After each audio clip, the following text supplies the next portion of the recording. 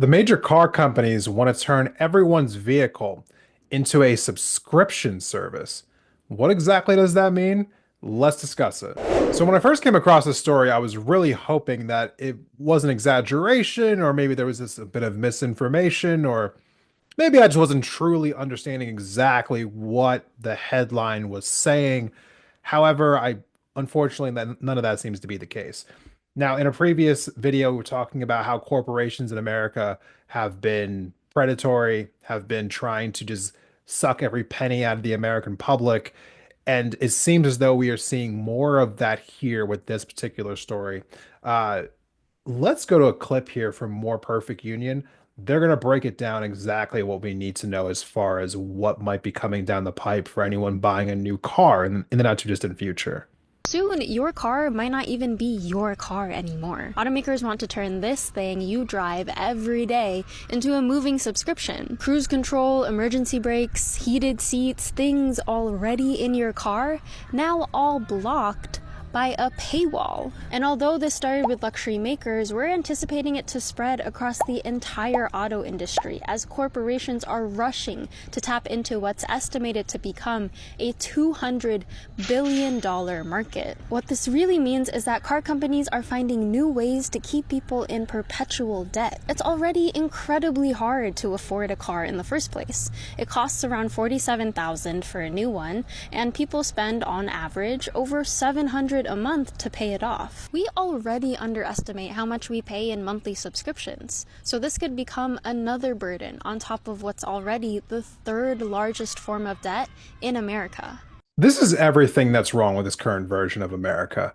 Now, I'm not going to devolve into a giant conversation about capitalism, although I think it could be very much worthy in this moment about talking about capitalism as a whole.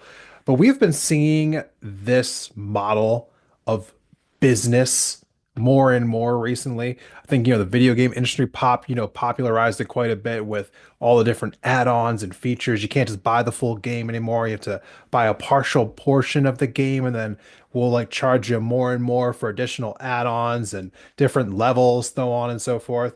And this has just kind of spiraled out of control now.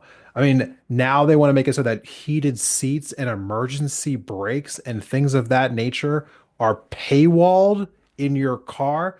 Truthfully, at what point do we just say enough? I mean, people are on the brink in America. I mean, there are so many people, working class people, who are just struggling to get by, paycheck to paycheck. Everything is expensive, housing expensive, food is expensive, cars are already expensive. And I mean, like all the different subscriptions that we have in our lives that, that we take for granted, I think those pile up as time goes on. Everything in our lives costs more money. People have less money, take home money, than they may ever have. And these corporations, who again are enjoying record profits year over year over year over year, so many corporations had their most profitable years ever in the last few years. And yet it's just not enough. It's just not enough. There is no such thing as enough for these people. It does not matter how much money they make. They want more. It doesn't matter if they make more profit than they've ever made. They want more. It doesn't matter if they're enjoying so much wealth that their great grandchildren will still be rich. They just still want more. They don't seem to care about the repercussions of it. It is criminal to me that we don't have something in place that prevents companies, corporations from doing things like this. This should not be legal. It should not be legal. And yet, here we are. Again, what is it going to take in order for these things to stop occurring? When do we all collectively say enough is enough? This shouldn't be even a partisan issue. This affects everyone. There are poor people who are on the left and poor people who are on the right. We can disagree about immigration and abortion and guns and whether or not Donald Trump is in fact the worst human being on earth, but like we should not disagree on this. This affects everyone. This is beyond price gouging. This is straight predatory. And I think that if we could find more instances like this to come together, we absolutely should. because together we could actually get some movement versus divided. Well, our politicians just ignore us the way that they always do.